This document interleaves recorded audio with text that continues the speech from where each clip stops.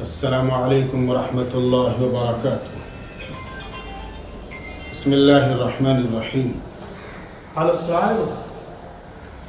طلبہ عزیز، کل ہم نے آیتوں کا ترجمہ کیا تھا اور آیتوں سے متعلق جو ضروری گفتگو ہو سکتی تھی تفہیم کے اعتبار سے، وہ ہم نے آپ کو کل بتلا دی تھی۔ آج ان آیات کی لغات کی طرف ہم آپ کو کچھ اشارہ کر دیتے ہیں۔ کل ترجمہ کیا تھا ان یوم الفصل کان میقات، فصل، فصل یفصل فصلا وفصل یفصل فصلا، اس کے معنی آتے ہیں جدا کرنا، الگ کرنا، قول فیصل، دو ٹوک بات۔ اور یہاں پر چونکہ یوم فصل کے پہلے یوم مذکور ہے، تو فیصلے کا دن، یعنی ایک دوسرے کو جدا کرنے کا دن، علیحدہ ہونے کا دن، دو ٹوک انداز میں گفتگو کرنے کا دن، جس کو ہم قیامت کا دن کہیں گے، آخرت کا دن کہیں گے۔ تو اللہ فرما رہے ہیں کہ کان میقات، میقات فعال کے وزن پر ہے اور اس کا مجرد وقت، فعال میقات، وقت کے معنی میں، کہ بے شک فیصلے کا دن ایک معین وقت ہے۔ تو میقات کا ترجمہ ہوگا معین وقت کا۔ اور اس کے بعد یوم ینفخ فی الصور، یوم یہ منصوب ہے فعل محذوف کی وجہ سے، یعنی اذکر یوم ینفخ فی الصور، کہ اس دن کو یاد کرو جب سور میں پھونکا جائے گا۔ جب سور میں، گویا کہ اسرافیل علیہ السلام سور لے کر بس تیار کھڑے ہوئے ہیں منہ کو لگا کر کہ آپ پھونکنا ہی ہے، اس لیے فی استعمال کیا کہ یاد کرو اس دن کو جس دن سور میں پھونکا جائے گا۔ نفخ ینفخ نفخا، نفخ ینفخ وینفخ نفخا، پھونکنے کے معنی میں، نفخ کہتے ہیں پھونکنا، اور یہاں باب نصرہ سے۔ اور فتأتون افواجا، فتأتون افواجا، جیسے سور پھونکا جائے گا سو تم آؤں گے فوج در فوج، گروہ در گروہ، ٹولی در ٹولی۔ افواجن فوج کی جمع افواج، اور یہ تأتون سے حال واقع ہو جائیں گا۔ تو ایک تأتون فعل با فاعل، تأتون فعل با فاعل، جس دن سور میں پھونکا جائیں گا، سور پھونکا جائیں گا، سو تم آؤ گے، آنے کی کیفیت کیا ہوگی؟ گروہ در گروہ، جیسے کل ہم نے بتلایا ٹولیاں در ٹولیاں۔ اور جب آئیں گے وَفُتِحَتِ السَّمَاء فَكَانَتْ أَبْوَابًا، اور دروازے کھول دیے جائیں گے آسمان کے، پس وہ دروازے ہی دروازے ہو جائیں گا۔ فَكَانَتْ أَبْوَابًا، ابواب منصوب ہے کانت کی خبر کی وجہ سے، اور باب کی جمع ابواب، اور یہاں پر تنکیر تعمیم کی وجہ سے کہ دروازے ہی دروازے۔ اس کے بعد پھر فرمایا وَسُيِّرَتِ الْجِبَالِ، وَسُيِّرَتِ الْجِبَالِ، سَيَّرَ يُسَيِّرُ تَسْئِيرًا، یہ سب فعل ماضی مجہول کے صیغے ہیں۔ سُيِّرَ تسئیر سے چلائے جانا، سَيَّرَ يُسَيِّرُ تَسْئِيرًا، سُيِّرَت فعل ماضی مجہول، اور فعل جبال، سُيِّرَتِ الْجِبَالِ فَكَانَتْ سَرَابًا، جب پہاڑ چلائے جائیں گے تو کیا ہو جائیں گا؟ وہ سراب، چمکتی ہوئی ریت، سراب چمکتی ہوئی ریت۔ اور اس کے معنی دھوکہ، دھوپ کی شدت میں چمکتی چیز نظر جو آتی ہے وہ پانی کی طرح ہوتی ہے۔ جیسے روڈ پہ جب دھوپ کی شدت پڑتی ہے تو ایسا لگتا ہے کہ جیسے پانی ہے، حالانکہ پانی نہیں ہوتا ہے، اور جب قریب جاؤ تو دھوکہ لگتا ہے۔ اس لیے اس کے ایک معنی دھوکے کے بھی ہیں۔ دھوپ کی شدت میں چمکتی چیز نظر آتی ہے، اس لیے اس پانی، اور وہ پانی کی طرح ہوتی ہے، اس لیے دور کا آدمی اس کو پانی سمجھتا، یحسبہ الظمآن ماء، کہ پیاسا انسان اس کو پانی سمجھ رہا ہے، لیکن جب قریب آ رہا ہے تو پانی نہ دارد، تو گویا کوئی دھوکہ ہے، اس لیے اس کو سراب کہتے ہیں۔ اور یہ لفظ اب عام زبان میں ضرب المثل کے طور پر دھوکے کے معنی میں استعمال ہونے لگا۔ بھئی یہ سراب ہے، یعنی دھوکہ ہے، اس میں آپ توجہ نہ دیں، یہ سراب ہے۔ گویا کہ لفظ سراب جہاں کہہ دیا تو پورا مکمل جملہ سمجھ میں آ گیا، کلام سمجھ میں آ گیا، معاملہ سمجھ میں آ گیا کہ انسان کو اس معاملے میں ہاتھ نہیں ڈالنا چاہیے کہ یہ دھوکہ ہے۔ جیسے یہ دھوکہ ہے روڈ کا معاملہ، چمکتی چیز، ایسے ہی باتوں میں بھی اور معاملات میں بھی جب سے سراب کہا جائے تو دھوکے کی طرف اشارہ ہوتا ہے۔ ان جہنم کانت مرصادا، مرصاد یہ بھی مصدر میمی ہے، مرصاد رصد سے، مفعال بروزن مفعال، اس میں فاعل کے معنی میں، راصدہ کے معنی میں، مرصاد مفعال کے وزن پر مصدر ہے، راصدہ اس میں فاعل کے معنی میں، اور اس کے معنی میں کیا ہے؟ رصدہ کے معنی تاک میں رہنا، ٹک ٹکی نگاہ باندھ کر دیکھنا، ایک جیسا کسی کو دیکھنا، انتظار میں رہنا۔ تو گویا کہ جہنم ان کے انتظار میں ہے، جہنم ان کے انتظار میں ہے، گھات میں ہے کہ کب مجرم آوے اور میں اس کو نگل لوں۔ اس کا قرآن نے فرمایا ان جہنم کانت مرصادا، اور پھر فرما رہے للطاغین مآبا، للطاغین مآبا، اصل میں عبارت تھی مآبا للطاغین، لیکن فواصل کی وجہ سے، جیسے ہم نے شروع میں ابتدا مبادیات میں کہا تھا، قرآن کریم کی آیت وغیرہ سے متعلق اس میں گفتگو کی تھی ہم صورت اور آیت کے باب میں، تو وہاں پر ہم نے بتایا تھا کہ جیسے اشعار کے قافیہ وزن ہے، ایسے ہی قرآن کریم کے فواصل ہے، تو یہاں پر فواصل کی وجہ سے مآبن آپ کے بعد ملا ہے، للطاغین مآبا کہ سرکشوں کا ٹھکانہ ہے، مآب آبا یعوبو اوبن لوٹنے کی جگہ، مآب لوٹنے کی جگہ، اور آبا یعوبو لوٹنا، تو گوئے کہ جہنم سرکشوں کے لوٹنے کی جگہ ہے، جہنم سرکشوں کے لوٹنے کی جگہ ہے، یعنی اب ان کو جو پناہ ملیں گے، جسے ہم اردو میں کہتے ہیں پناہ لینا، یعنی بطور استہزاء، جہنمیوں کے بطور استہزاء کے لیے کہا گیا کہ اب تمہیں جو پناہ ملیں گی، ٹھکانہ ملے گا، قرار ملے گا، تو وہ جہنم میں، اور ایک اس کے لیے للطاغین، طغایتو کے معنی سرکشی کرنا، بغاوت کرنا اور بےہودگی کا کام کرنا، یہ سب اس کے معنی میں، تو للطاغین مآبا، یعنی ان جہنم للطاغین مآبا کہ جہنم ٹھکانہ ہے، جہنم ٹھکانہ ہے سرکشوں کے لیے، اور یہ بھی ترجمہ کر سکتے ہیں کہ بے شک سرکشوں کے لیے جہنم ٹھکانہ ہے، یہ بھی لابثین فیہا احقابا، کہ اس میں لابثین یہ بھی جمع اس میں فاعل حالت جری کے اندر، اور ان سب کا آپ کے للطاغی لام سے ہے، لابثین فیہا احقابا کہ اس کے اندر وہ ٹھہرنے والے ہوں گے، کتنا؟ احقابا، لابثین لبث سے، لبث یلبث لبثا، ٹھہرنا رکنا، لابثین فیہا احقاب، احقاب اب کے بے انتہا زمانہ، حقبن و حقبن دو طرح سے استعمال ہوتا ہے، حقبن و حقبن، قاف کے ضمے کے ساتھ زمانے کو کہتے ہیں، حقبن قاف کے ضمے کے ساتھ زمانے کو کہتے ہیں، اور قاف کے سکون کے ساتھ یعنی حقبن، ایک تو آ گیا حقبن اور ایک حقبن، قاف کے سکون کے ساتھ، اس کے معنی آتے ہیں زمانے کی ایک مقررہ مدت، زمانے کی ایک مقررہ مدت، گرچہ اس میں اہل لغت کا اختلاف ہے اس لفظ کے معنی میں، امام قتادہ رحمۃ اللہ علیہ کا فرمان ہے کہ احقاف سے مراد غیر منقطع زمانہ، احقاف سے مراد غیر منقطع زمانہ، باقی اس کے کتنا غیر منقطع زمانہ ہے، یہ کتنا رہنے والا ہے، اس کی صحیح مدت اور صحیح تعین اللہ کے سوا کوئی جانتا نہیں ہے۔ تو ترجمہ کیا گیا تھا کہ جہنم اس میں رہیں گے احقاباً، مدتوں یعنی غیر مدت طور پر رہیں گے اس کے اندر جہنم میں، جہاں سے ان کو نکلنا نہیں ہوگا۔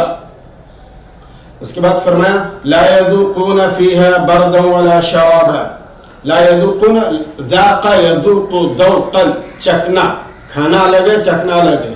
کھانے کو اکلا طعام کہتے ہیں، اکلا کھانا، لیکن ذاق چکنا، تو اس میں نہ ٹھنڈک چکیں گے اور نہ کوئی مشروب.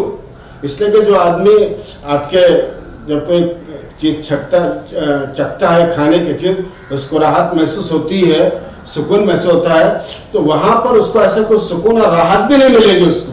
لا يذوقون فيها بردا، اس میں کوئی ٹھنڈی چیز بھی چکیں گے نہیں، ولا شرابا، اور نہ کوئی آپ کے مشروب. شراب یہ بھی مصدر ہے، بردن یہ بھی مصدر ہے، برد یبرد بردن، اور شریب یشرب شربا و شرابا، پینا.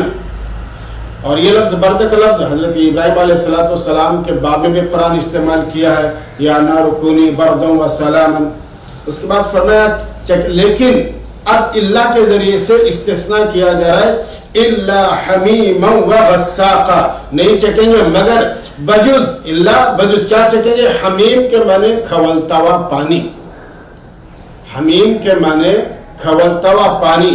الا حمیما و غساقا، لفظ حمیم جو ہے دو معنی کے استعمال ہوتا ہے، کھولتے ہوئے پانی کے لیے بھی اور آپ کے قریبی دوست کے لیے. لا يسأل حمیم حمیم، لا يسأل حمیم حمیما، کوئی دوست کس کے دوست کے متعلق نہیں پوچھے گا، تو وہاں پر قریبی دوست کے متعلق ہے. اور یہاں پر ہے سقوا ماء حمیما، ایک جگہ ارشاد ہے سقوا ماء حمیما، تو وہاں پر گرم پانی کے لیے استعمال ہوا ہے. تو ایسے یہاں پر بھی لفظ حمیم گرم پانی کے لیے. وغساقا، غساق دوزخیوں سے بہنے والا خون، دوزخیوں سے بہنے والا خون، اور ایک دوسرے ٹھنڈا بدبودار پانی، ٹھنڈا بدبودار پانی. تو لا الا حمیما و غساقا، بجز گرم کھولتے پانی اور پیپ کے. اللہ حفاظت فرمائے. یا بدبودار پانی کے. جزاء وفاق، جزاء منصوب فعل محذوف کی وجہ سے ذو جزاء وفاق، اور وفاق کے وفاق مصدر ہے فعال کے وزن پر. اس کے معنی پورا بدلہ، وہ پورا بدلہ دیے جائیں گے، مکمل بدلہ دیے جائیں گے. اب یہ تمام سزائیں کیوں ہیں؟ تو اللہ تعالیٰ فرماتے ہیں انہم کانوا لا یرجون حسابا، انہم کانوا لا یرجون حسابا، اس لیے کہ دنیا میں یہ آپ کے امید نہیں رکھتے تھے. اگر ظاہری لفظ سے ترجمہ کیا جائے تو امید کے معنی میں، اور جیسے کل ہم نے ایک ترجمہ کیا یرجون کا یوقنون کے معنی میں. تو اگر یوقنون کے معنی میں لیتے ہیں تو مطلب یہ ہوگا کہ یہ حساب کے دن کا یقین نہیں رکھتے تھے، ایک یہ معنی. اور اگر ظاہری معنی لے تو حساب کے دن کی امید نہیں رکھتے تھے. تو دونوں اعتبار سے ترجمہ ہوں گا. وَكَذَّبُوا بِآيَاتِنَا كِذَّابًا، اور انہوں نے ہماری نشانیوں کو جھٹلایا، اور انہوں نے ہماری نشانیوں کو جھٹلایا. جھٹلانا دوسرا جو کذابہ ہے، یہ پہلے کذبوا کی تاکید ہے، وہ ہے کہ تاکید کے لیے یہاں پر استعمال کیا گیا ہے، تاکید در تاکید، کہ ان کا جھٹلانا خطرناک تھا. کذبوا بآیاتنا کذابا وکل شیء احصیناہ، احصینا فعل ہے جمع متقل، ہم نے احصا کیا، ہم نے شمار کیا. اور کل شیء احصینا کی وجہ سے منصوب ہے، وہ ایک احصینا کا مفعول آپ کے کل شیء اور وہ ضمیر دوسرے، تو مفعول کو مقدم کیا، فعل کو مؤخر کیا. عبارت تھی احصینا کل شیء کتابا، ہم نے ہر چیز کو ریکارڈ کیا ہے، ہم نے ہر چیز کو ریکارڈ کیا ہے، محفوظ کیا ہے. کتاباً باعتبار کتاب کے لکھنے کے، باعتبار کتاب کے اور لکھنے کے. تو کتاب فعال کے وزن پر مصدر ہے، یہ بھی کتابت کے معنی میں اور احصاء کے معنی میں، شمار کرنے کے معنی میں. اور ہم نے ہر چیز کو محفوظ کیا ہے، شمار کیا ہے، لکھ دیا ہے. کتاباً اے مکتوب کی لکھی ہوئی چیز کے بارے میں. تو اب اللہ تعالیٰ فرما رہے کہ جب ایسا معاملہ ہے جی فَذُوقُوا فَلَن نَّزِيدَكُمْ إِلَّا عَذَابًا، اَيْ قُلْنَا لَهُمْ فَذُوقُوا، ہم ان سے کہیں گے جہنم میں کہ سو چکھو عذاب، اور آج کے دن تو ہم سوائے عذاب کے تمہارے لیے کوئی چیز زیادہ کریں گے ہی نہیں، فَلَن نَزِيدَكُمْ، ہم ہرگز نہیں زیادہ کریں گے تمہارے لیے بجز عذاب کے۔ تو اب یہاں پر بطور استہزاء کے کہا جا رہا ہے چکھو، ورنہ اور یہ بعض مرتبہ کھانا تو ایک مستقل الگ عمل ہے، چکنا معمولی ہوتا ہے، لیکن قرآن نے بطور استہزاء کے ان کے لیے کہا کہ چکھو کر کے، فَذُوقُوا اَيْذُوقُوا الْعَذَابَ فَلَن نَزِيدَكُمْ إِلَّا عَذَابًا، آج ہم نہیں زیادہ کریں گے تمہارے لیے عذاب۔ اگر تم بچاؤ کی تدبیریں کرو گے، درخواست کرو گے کہ ہم عذاب کی خفت کا تخفیف کے لیے، تو آج اس طرح کی کوئی سنوائی نہیں ہوگی، اور ہم اب عذاب کا ہی ازدیاد کریں گے اور عذاب کو ہی زیادہ کریں گے۔ اب قریب سے قریبی انسان بھی تم کو بچا نہیں سکتا، اس لیے قرآن نے کہا فَذُوقُوا فَلَن نَزِيدَكُمْ إِلَّا عَذَابًا۔ یہ ایک رکوع ہوا اس سورت کا، اور اب جو ہے تو انشاءاللہ دوسرے سورت کی آیت، دوسرے رکوع کی ہم آیتیں پڑھ دیتے ہیں اور اس کا ترجمہ کیے دیتے ہیں، اور انشاءاللہ پھر دوسرے مجلس اس کو لغات پیش کریں گے۔ تو ہم دیکھیے ان للمتقین مفازا، ان آیتوں کا ہم ترجمہ پیش کر دیتے ہیں، اور اگلے مجلس میں انشاءاللہ اس کے لغات پیش کریں گے، بتائیں گے۔ ان للمتقین مفازا، بلا شبہ اللہ سے ڈرنے والوں کے لیے کامیابی ہے، بلا شبہ اللہ سے ڈرنے والوں کے لیے کامیابی ہے۔ حدائق و اعنابا، حدائق و اعنابا، باغات، انگور اور دوشیزہ ہم عمر عورتیں، باغات، انگور اور دوشیزہ عورتیں، اور لبالب بھرے ہوئے جام ہیں، لبالب بھرے ہوئے جام ہیں۔ اس کے بعد پھر آیت ہے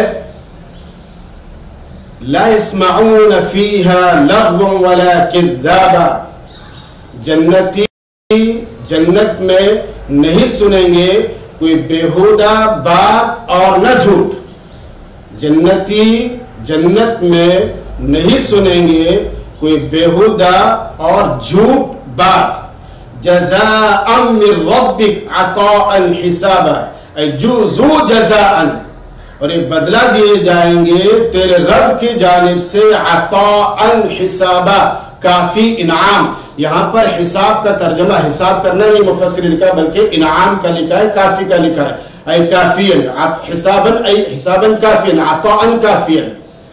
جزاء من ربک، یہ سب انعام کیا ہے؟ مکمل ہے تیرے رب کی جانب سے، عطاء حسابا، کافی انعام۔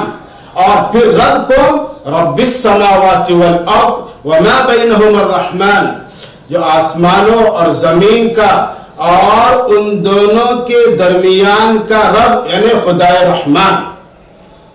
رب السماوات، آسمان و زمین، اور وما بینہما، اور ان دونوں کے درمیان کا یعنی خدائے رحمان۔ لا یملکون منہ خطابا، لا یملکون منہ خطابا، وہ اللہ سے کلام نہیں کر سکیں گے، گفتگو نہیں کر سکیں گے، یعنی کسی کے سفارش وغیرہ کے بارے میں سب پر ایک حیبت طاری ہوں گی، ایک حال طاری ہوں گا، اور کوئی کسی سے بات نہیں کر سکیں گا۔ اور کیفیت یہ ہوگی یوم یقوم الروح والملائکۃ صفا، یوم ان اذکر یوم، اس دن کو یاد کرو جس دن روح یعنی ذی ارواح، تمام روح والے، یہاں پر روح سے مراد حضرت جبریل علیہ السلام نہیں بلکہ ذات الارواح انسان وغیرہ مراد ہے، تمام ذی ارواح جس دن کھڑے ہوں گے، ذی ارواح اور فرشتے صف بستہ، جس دن کھڑے ہوں گے ذی ارواح اور فرشتے صف بستہ، یعنی اللہ کے سامنے تمام لوگ کھڑے ہوں گے۔ لا یتکلمون، وہ کلام نہیں کر سکیں گے، الا من اذن له الرحمن، مگر وہ جس کو خدائے رحمان اجازت دے گا۔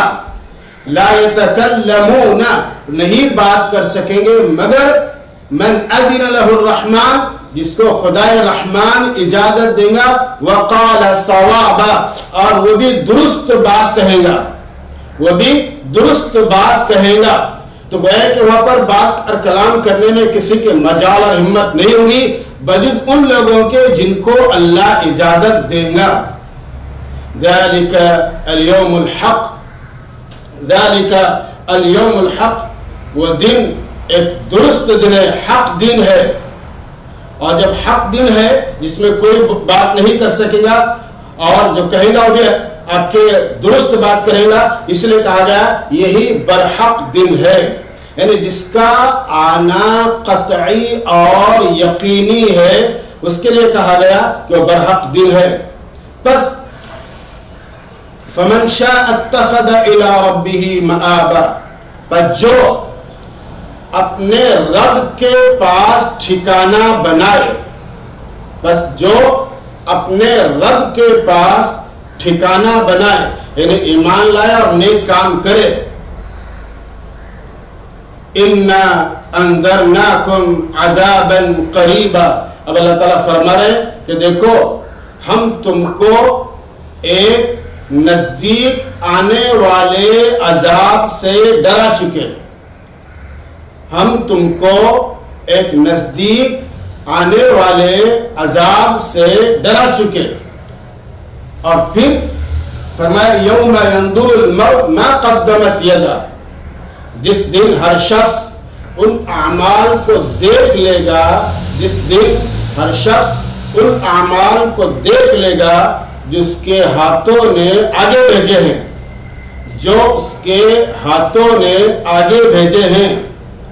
وَيَقُولُ الْكَافِرُ يَا لَيْتَنِي كُنْتَ تُرَابًا، اور کافر کہے گا کاش میں مٹی ہوتا، اور کافر کہے گا کاش میں مٹی ہوتا، یعنی انسان نہ بنا ہوتا یا غیر مکلف مخلوقات کی طرح مٹی بنا دیا ہوتا، انسان نہ بنا ہوتا یا غیر مکلف مخلوقات کی طرح مٹی ہوتا، یا افسوس کرے کاش میں خاک ہو جاتا، مگر اب اصلاح کا وقت گیا اور اب افسوس کر کے کوئی بات نہیں بنے گی اور افسوس کوئی معنی نہیں رکھے گا۔